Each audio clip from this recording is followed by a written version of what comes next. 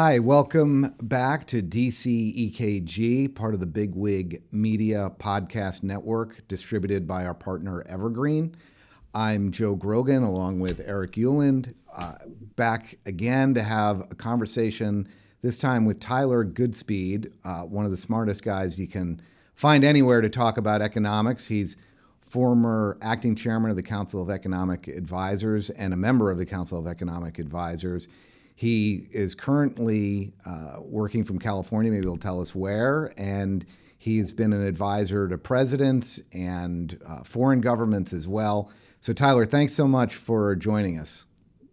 It's good to be with you, Joe. Good to see you. So before we get started and talk about your recent experience in England and your take on some of the economic and political developments there, I thought maybe you'd just give us a little bit of overview on your education and where you're working now. Sure. So I'm now based in Palo Alto in California at the Hoover Institution at Stanford University. So my better half and I moved out here in February 2021 from DC. And before moving to DC, we lived in the UK for the better part of a decade.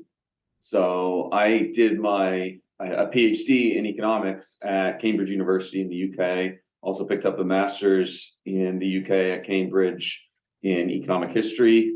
Was jumping back and forth across the pond because I also did a PhD in history at Harvard University, where I did my undergraduate studies in econ and history. And then my first teaching appointment after getting the PhD was in the Faculty of Economics over at Oxford. So I've sort of been crisscrossing the Atlantic for over 10 years now. And just for those people who aren't familiar, and this is going to be personally humiliating, but can you just mention how old you are for people who don't know you? Sure. So I just last month turned 38. There we go. So happy birthday. Sorry, Joe. That makes me feel so old and like a tremendous underachiever. But it's really great to have you here because I always love talking with you.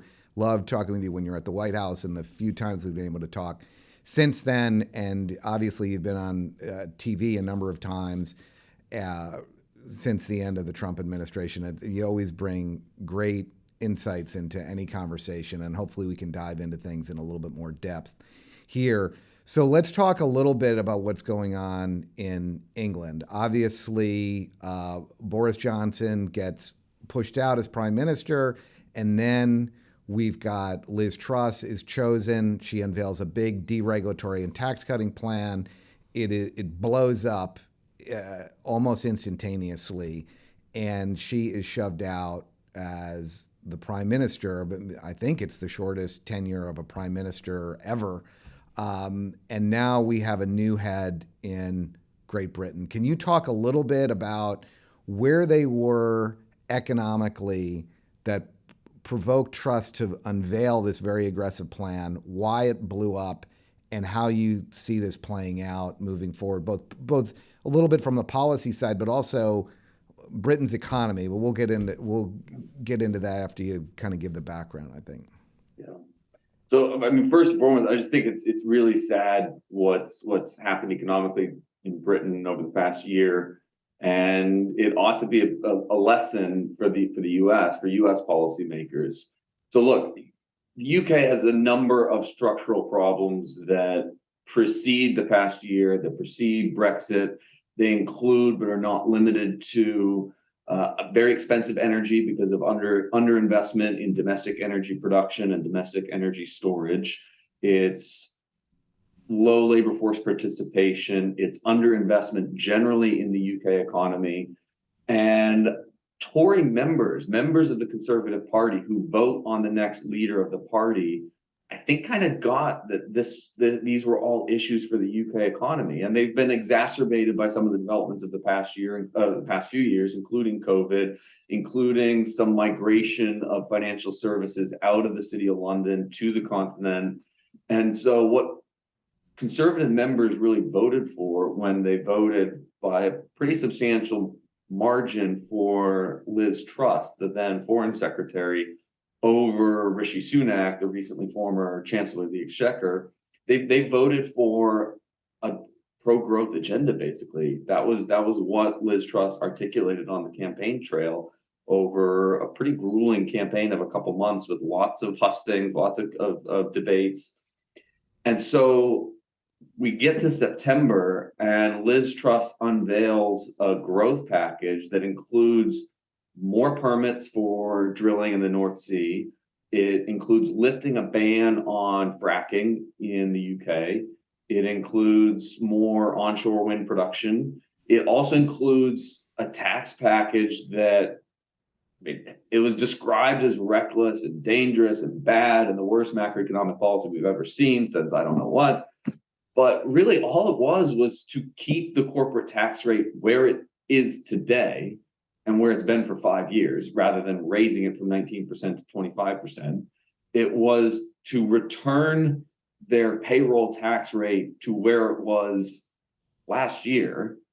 And it was to return the top marginal personal income tax rate to where it was under Gordon Brown and Tony Blair, both Labor prime ministers. And then it was to bring forward an already scheduled 1 percentage point cut in the lowest income tax rate bracket by, can you believe it, 1 year. And so that, it was a pro-growth, a modest pro-growth tax package that had been completely channeled on the campaign trail. But there were a number of missteps, I think, in terms of the rollout. I mean, they coupled it with sacking the senior Treasury civil servant for economic policy, which kind of alarmed markets. They accompanied the rollout with an announcement that they wouldn't have the independent Office of Budget Responsibility provide a forecast. And the rollout followed an announcement by the Bank of England that they were only going to raise rates by 50 basis points when they have a big inflation problem. And then the then Chancellor of the Exchequer, Kwasi Kwarteng, sort of compounds market uncertainty, market alarm by then going on the Sunday morning shows in Britain and saying, oh yeah, and there's more to come. So I think it was just a perfect storm of insufficiently preparing politicians and the public for the growth package, coupled with missteps by the bank and missteps in rollouts. But it was really sad because I think Britain needed that growth package. So, Tyler, thanks very much for that explanation of the contents, which definitely don't sound all that radical, although in England and in Europe, the idea of trying to keep tax rates low, I guess, is a fairly radical proposition. My understanding is that the number 2 at Treasury, Simon Clark, believed that part of this package was going to be an announcement at the same time of an effort to reduce increases in spending, but that between the time that was part of the consideration near the end of the campaign trail and the time that Truss became prime minister, spending reductions were dropped out of the announcement of the package. Do you think had the spending proposal been part of the early discussion of this package when it was rolled out in September, that would have helped keep both the markets stable and contributed to trying to keep conservative members of parliament on side on behalf of the Truss package? It's a good question. And I think it might have helped. The one thing that makes me think that maybe it wouldn't have made, and I think it should have been in there, just for in terms of long run fiscal sustainability. The one thing that makes me suspect that it might not have made much of a difference is that I'm not sure that the reaction of markets, the reaction of the financial press in the UK, I'm not even convinced that it was at the end of the day about the money, because most of these tax proposals weren't that big in terms of the static revenue costs. They were, in fact, much smaller than a massive energy subsidy that the Truss administration rolled out and that the Sunak government has continued. And no one has really batted an eye about the massive spending on energy bills. They just didn't like the tax cuts, and that was a static cost of the tax cuts, which was pretty modest. That doesn't even take into account the fact that there was going to be a lot of dynamic revenue feedback from the higher economic growth that would have resulted from implementation of those tax plans. So I think it might have helped to mollify some of the overreaction to the Truss tax plan, but I actually think it's there's a deeper issue of conservative policymakers or ostensibly conservative policymakers just forgetting the language of supply side reform and how to sell supply side tax cuts. Even when they were pitching this tax agenda, the way Truss and Kwarteng would talk about it was about putting money back in people's pockets, which sounds nice, but it's not the strongest way to articulate a pro-growth supply side reform. What would you have recommended be a stronger way of pitching pro-growth supply side reform? Totally taking your point. As well, curious about kind of your thoughts if the politicians and the markets reacted so strongly as to toss out, ultimately see the chancellor tossed out, ultimately see the prime minister tossed out, and ultimately see her agenda, pro-growth agenda, replaced with essentially a very status quo approach now with the current prime minister as well as the current chancellor. What does that say about significant policy changes going forward? So in terms of the market reaction, it's really interesting to talk to market participants, and they weren't particularly alarmed by the tax package, by the cost of the tax package.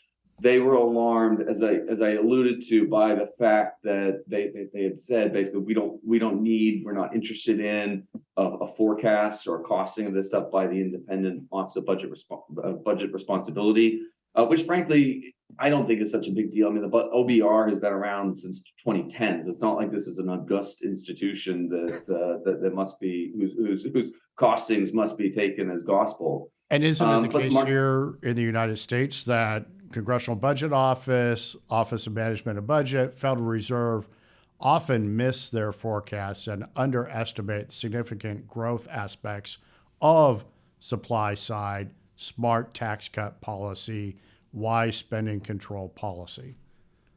Yes, it's a big challenge, and certainly with the OBR, my understanding is that there are a lot of staff on the OBR who come from some left-wing think tanks, and they don't do dynamic modeling, so they do not take into account. They explicitly acknowledge that they don't take into account the macroeconomic feedback from higher economic growth resulting from supply side policies.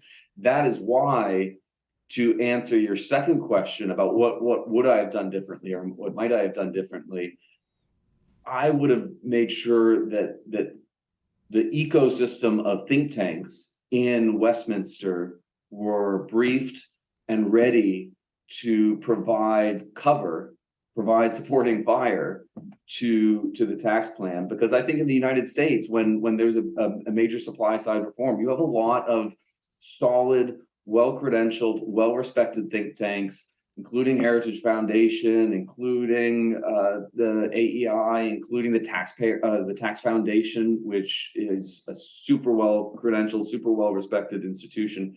They are ready with credible estimates of the revenue effects, the growth effects, the income effects of supply-side tax reforms. And I think that is just so important to make sure that a financial press that is already biased against supply side economics, is already biased against conservative economic policy, there's some pushback against that. And I think that was lacking with the rollout of the trust tax plan back in September.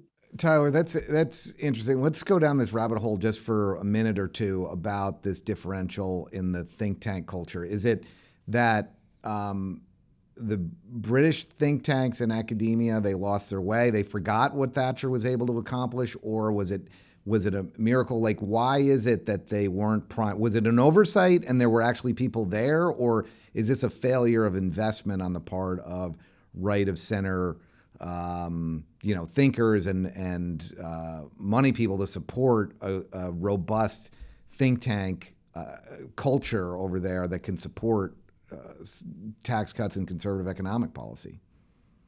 So it's an interesting question, Joe, and it's one I've thought started to think a bit about, because there are some fantastic outfits, research outfits, think tank outfits over there, including but not limited to the Institute of Economic Affairs, the Adam Smith Institute, the Taxpayers Alliance. They're a lot smaller than in the US.